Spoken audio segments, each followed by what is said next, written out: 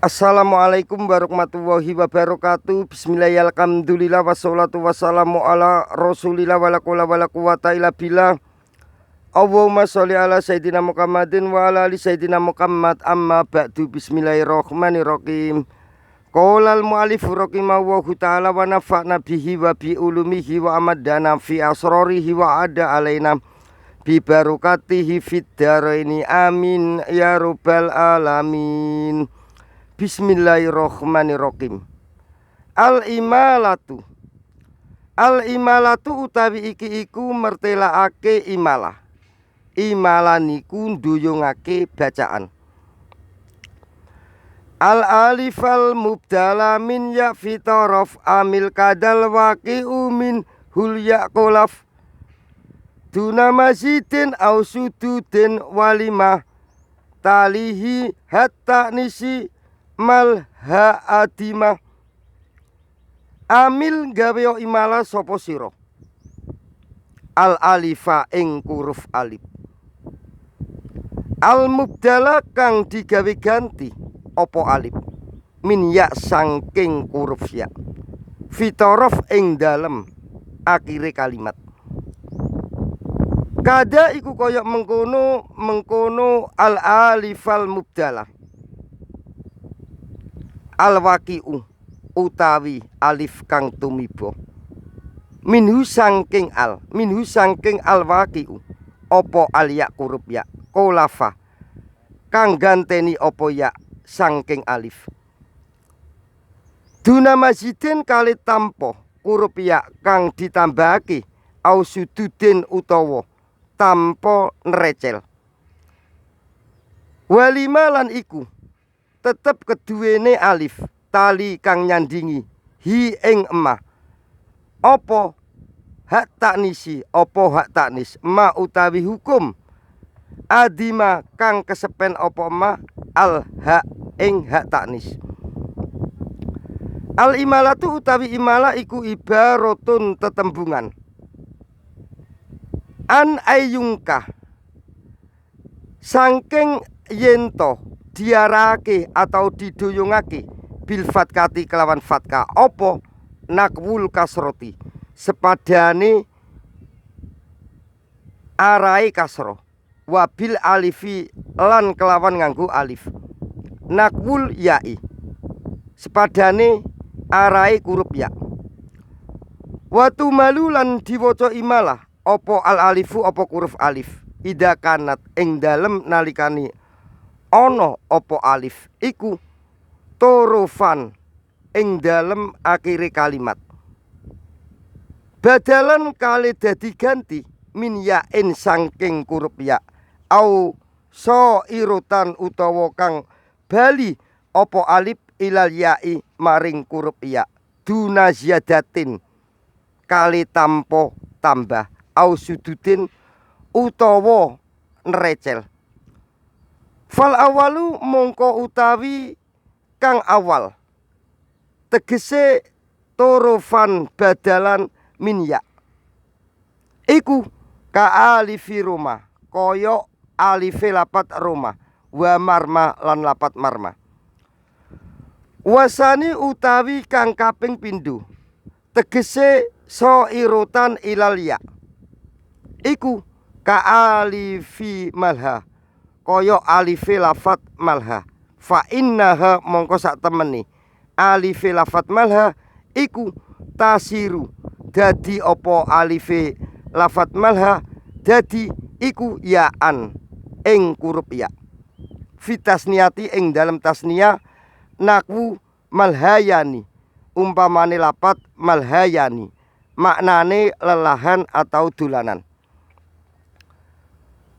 Waktaruza lan jabaake sapa Kyai Musonef bi kaulihi kelawan dawe Kyai Musonef rupane duna masjidin au sududin mimma saking alif yasiru kang dadi apa mah iku yaan huruf ya bisa babi ziyadati ya tasgiri kelawan sebabe nambahi ya tasgir nakwu kufayun umpamane lapat kufayun maknane jithok cilik. Au filugoten utawa ing dalem anut lugot sadatin kang nerecel kakauli hudailin kaya pengucape qabila hudel. Kakauli hudailin kaya pengucape lapat hudailin qabila hudel fi kofa ing dalem lapat kofa maknane jithok.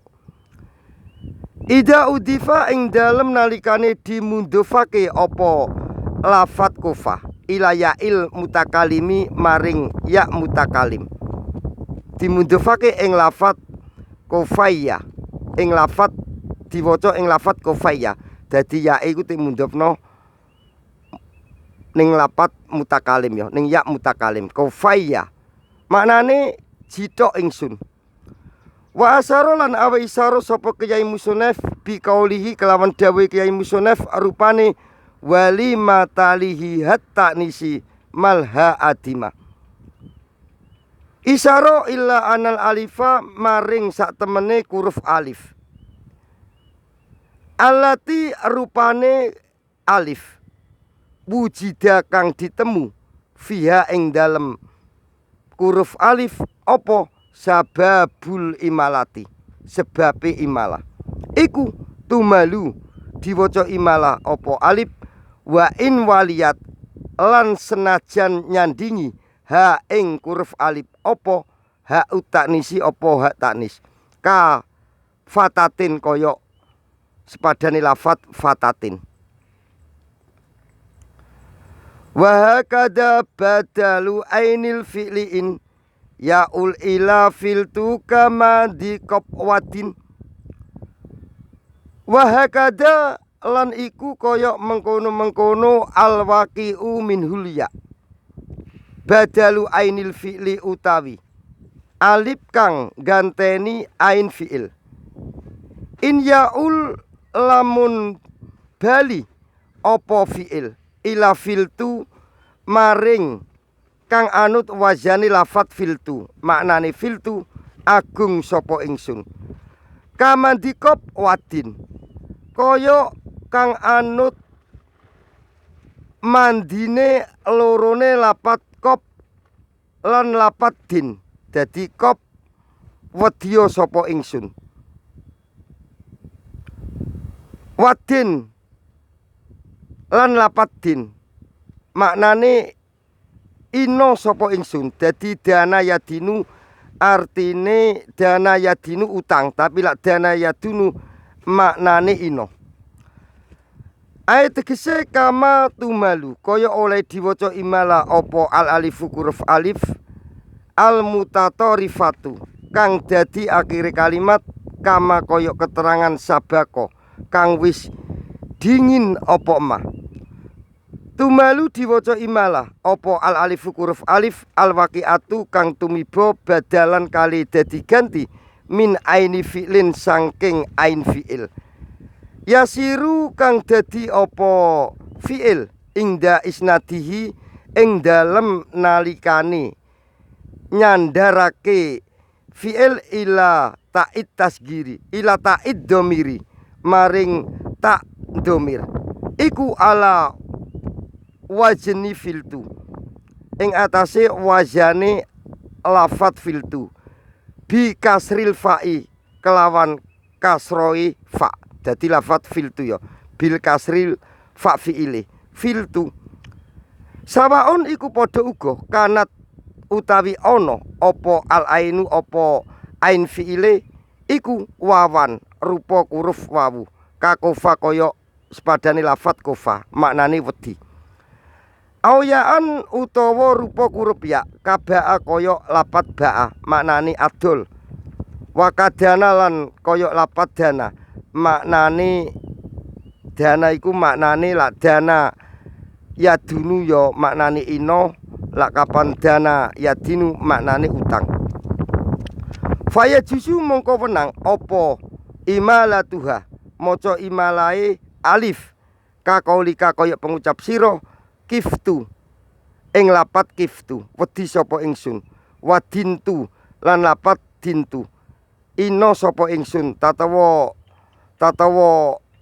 utang sapa ingsun ngono ya kena ya kapan dana yadinu maknane utang kapan dana yadunu nganggo wawu berarti maknane ino wabitu lan lapat bitu dodol sapa ingsun fa ing kana mongko lamun ana apa al fi'lu fi'il iku yasiru dadi apa fi'il ing da isnadihi ing dalem nalikane nyandarake fi'il ilatai maring tak iku ala wajni fultu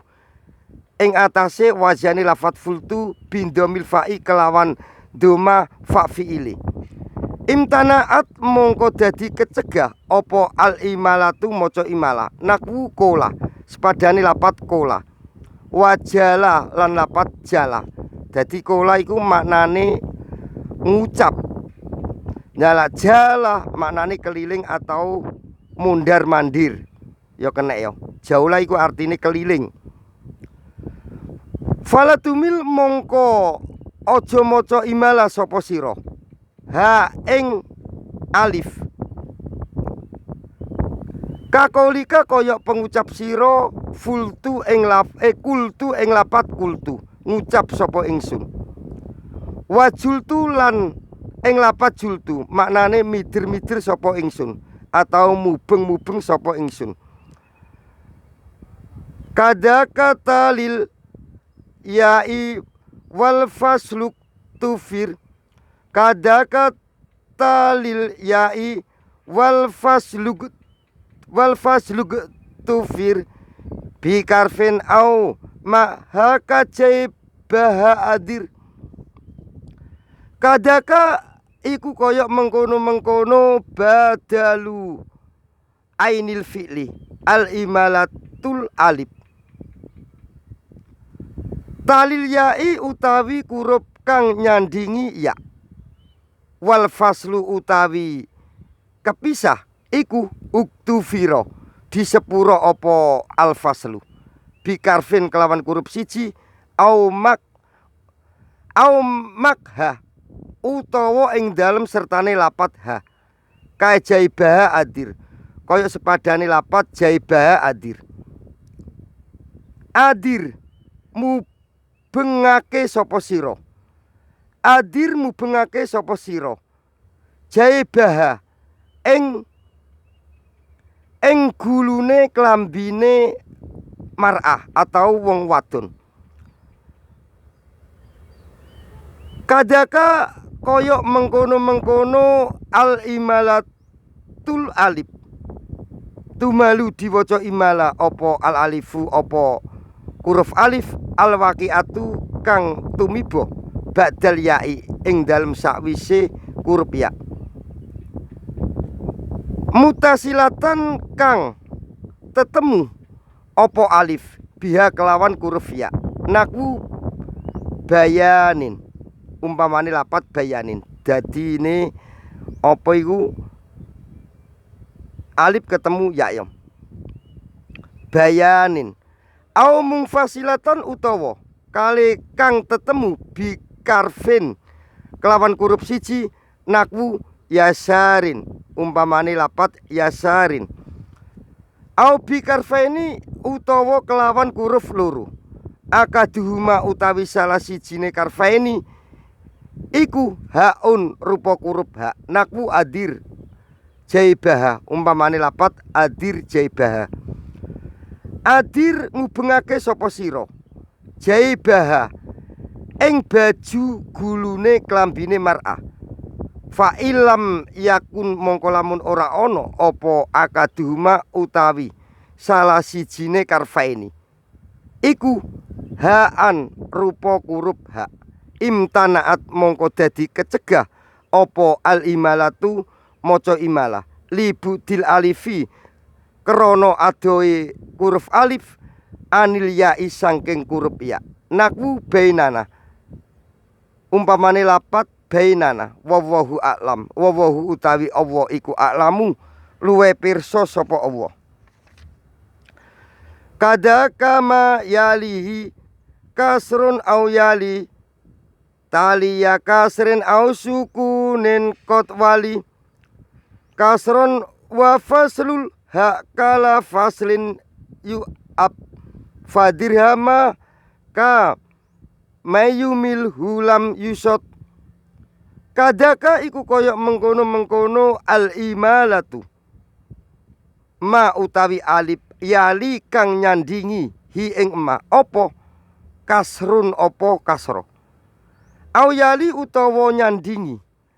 opo ma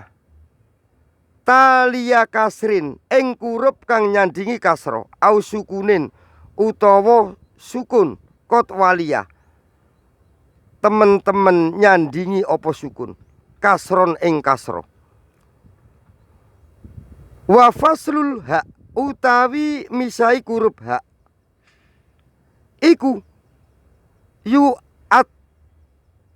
diwilang-wilang opo faslu hak kala faslin koyok ora ono kepisah fadirhamaka mongko utawi lapat dirhamaka man yumilhu lam yusot lam yusop man utawi wong fadirhamaka mongko utawi lapat dirhamaka man utawi wong iku yumil gawe imalah sopo man hu ing lapat dirhamaka lam yusot mongko ora dialang-alangi tato mongko ora dicegah sopo man mongko ora dialang-alangi sopo man ai tegese kadalika koyok mengkono imalatu tumalu diwaca imalah opo al alifu huruf alif ida waliyat ing dalem nalikane nyandingi ha ing huruf alif opo kasrotun opo kasro nakwu alimin umpamane lapat alimin awakoat utawa tumibo opo alif ba'da karfin ing dalem sakwise huruf yali kang nyandingi opo huruf kasrutan ing kasro nakwu kitabin umpamane lapat kitabin au ba'da karfaini utawa ing dalem sakwise huruf loro walia kang nyandingi opo karfaini kasrutan ing kasro awaluhuma utawi kawitane karfaini iku sakinun kurup kang mati nakwu samlalin umpamane lapat samlalin maknane unta kang kurus au kilahuma utawa karo-karone karfaini mutakarikun kang nyandang karukat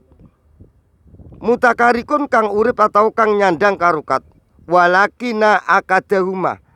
lan tetapine salah sijine karfaini iku haun rupa kurup hak nakwu yuridu ayadribaha umpamane lapat yuridu ngarepake sapa Zaid an yadribah